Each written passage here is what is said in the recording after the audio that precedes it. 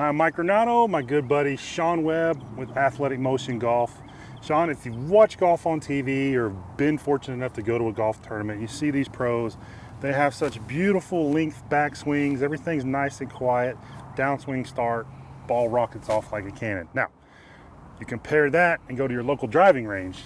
What do we typically see? We see a lot of overswings and really loose backswings with a lot of runoff, which we mean when the body stops, the club and arms keep going. Right, we see very few golfers with the ability, or really the know-how, a lot of them try, the know-how of completing their turn and then the club kind of sets quietly. We usually see a lot of completed turns and then this club is bouncing all around, right? Yeah. I think David said he wants to be able to hang laundry on his club at the top. Yeah. Very quiet club head.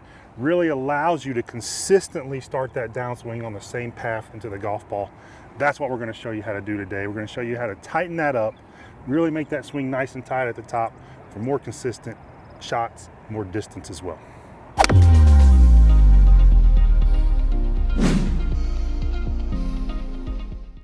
All right, Shaun, let's kind of define what we're talking about with runoff and kind of being loose at the top. Yeah, so this video is all about how to shorten your swing the correct way, right? And on the range, we see a lot of golfers make an early body turn, and then the club just keeps going around them, so they make an overly long backswing, which a lot of times leads to this casting motion out of the top and a lot of other path issues. Right, it's kind of a sequencing issue. Let's say we see a lot of our pros, right? They have that kind of classic 90-degree turn with the upper body, 45 with the lower body. Halfway back, it's kind of 45. What's half of 45? 22 and a half? Yeah. So 45 the upper body, 22 and a half lower body, kind of right in here. Very in sync, very kind of a good ratio, that kind of halfway back, halfway Synced rotated, up. right? What we see, let's say the amateur has the same numbers, just to make it simple for math. We'll see halfway back, 75 to 80 of turn, almost maxed out with the lower body, but the club's still way down here. So what they do is the turn runs out about right here, and Big they lift, get this move. Big arm lift. And they just run out of range of motion, and that's what changes the start of direction. And almost invariably, they're going to be camped out on this back foot doing that. Yeah, they finish their turn with the maximum amount of sway to the right. Right. Which leads to the club just keeping going around them. Right, and you run out of whatever your range of motion is, that's the end of your backswing, and then you try to unfold all of that in the downswing, and it's a messy mess sometimes. Yeah, so the trick to all this is a couple different things. It's syncing up your backswing so you have the right amount of arm and club movement corresponding to the backswing so you can finish the backswing. The club stops as your body stops turning. That'd be the first thing we need to figure out, which we'll do some drills here later on. The second thing is learning how to recenter the pressure, or reorient the pressure and the weight earlier so that the club naturally stops. That's right. It's a losing battle, right? And we've done this. Scott's been teaching this game for a long time. We consider him both a mentor for both of us, one of the smartest guys we know about the golf swing. He said he's taught players or tried to get players to shorten their swing without the dynamic element of it, and they can do it on the range, you can do it on video, and then out there in the wild, when the gun drops, they can't do it. Exactly right. Because the instincts are going to take over, and there's nothing pulling on that length of backswing other than just your range of motion.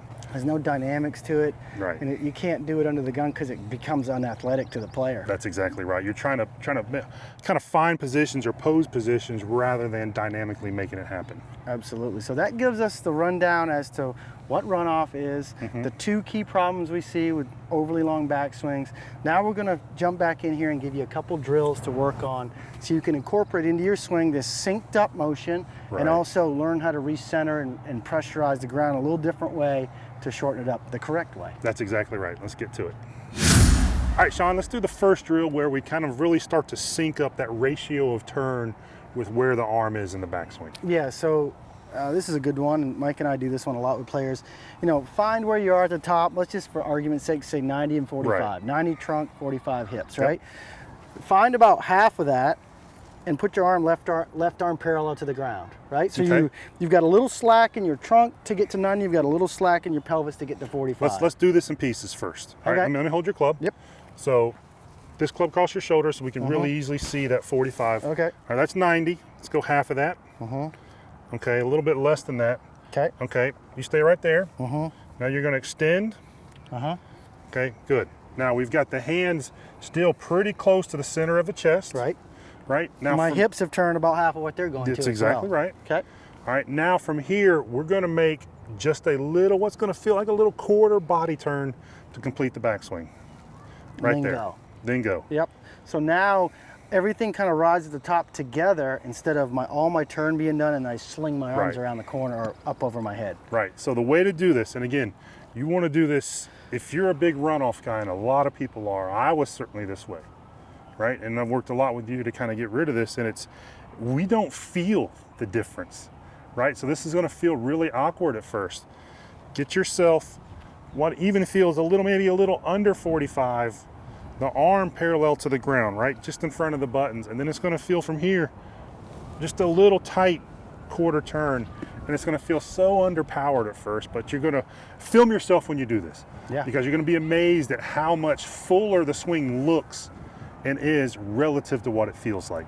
Yeah, absolutely right. And that's probably what undoes a lot of it. They just don't feel there's enough power there. Yeah, but you're going to be a lot more synced up with the arms and body, which ends up leading to better downswing, more solid contact. So you get more speed in the end. You absolutely do. Just from doing it correctly. You're going to feel like you're kind of chipping the ball and butting the ball, but you're going to be amazed at how much stronger and just more efficient it feels. All right, Shaun, now let's tackle this we're going to start now to introduce the dynamic movement that's going to really kind of make this swing more compact without us just kind of manufacturing that position. Just thinking stop. Right.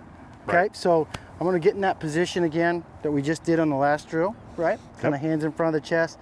Now, what I'm going to do to finish this is, yes, I'm going to add a little coil, but I'm going to add a little wrinkle to it. As I coil, I'm going to feel like my right shoulder kind of goes back behind me and my body recenters. Because at this point in the swing, I'd have more of my pressure and weight to the right. Yes. From there, I'm going to recenter it by taking this right shoulder back behind me and letting the body go back towards the middle, right? If this is right and this is left, moving back toward the middle, and then finish it by coming down. Right. We see a lot of golfers from this face-on camera view where when my shoulder goes in the backswing, you really only see it on this side of my head, my back shoulder, my right shoulder. We want you to be able to get that shoulder a little more turn where it can start to kind of recenter you, and there's some momentum with that. Yeah. Right? Yeah, you may not get to 90 with the trunk, but just taking their shoulder in that direction from this left arm position, taking it back around you instead of continuing to wind to the right. You're winding back toward the middle. That gets you recentered, and watch what that does to the club. It actually gives you that dynamic look you see with great players. And if you do it with the shoulder rather than trying to do it with the club or the arms, you're going to keep width. So you're going to go here, pull that shoulder back, and you're going to keep this width rather than getting it here and just trying to throw the club back there, which is what we see all the time. And again, it forces that cast and early release. Yeah, so that gives you two great ways to shorten the swing the correct way instead of you, like we always say, just fishing for the position, right? You're going to shorten it with dynamics and good body sequencing, which is what it's all about. That's athletic movement. That's exactly right. Dynamics and good sequencing to hit those spots and make the backswing the right length instead of just trying to find it. And when you're doing that shift, right, you're creating that stretch where you're not going to be able to run off when you're shifting forward. You're going to have the club much tighter, and that's something you can take to the golf course. Hey guys, we hope you enjoyed today's video. If you did enjoy it, go ahead and give it a like. Also, if you have any questions about today's video, or you have an idea of a video that you want us to shoot, go ahead and leave it in the comments below. We read every single comment. We also respond to the comments. So again, leave us a comment if you have any questions or there's anything you'd like to see. Now, if you haven't already, click the subscribe button. We have videos coming out every single week, and we don't want you to miss one. So by clicking subscribe, that ensures you're notified right away when a new video comes out. And hey, if you want to add instant distance to your drive, and we all do, everybody wants more distance, go ahead and click the link in the pinned comment below. You're going to see a link. Click on it. It's going to take you to a page. You're going to enter your name and email address. We're going to send you an email where you're going to get access to instant distance, which is a video training that we put out. We know it's going to help you. We know we're going to see you farther down the fairway.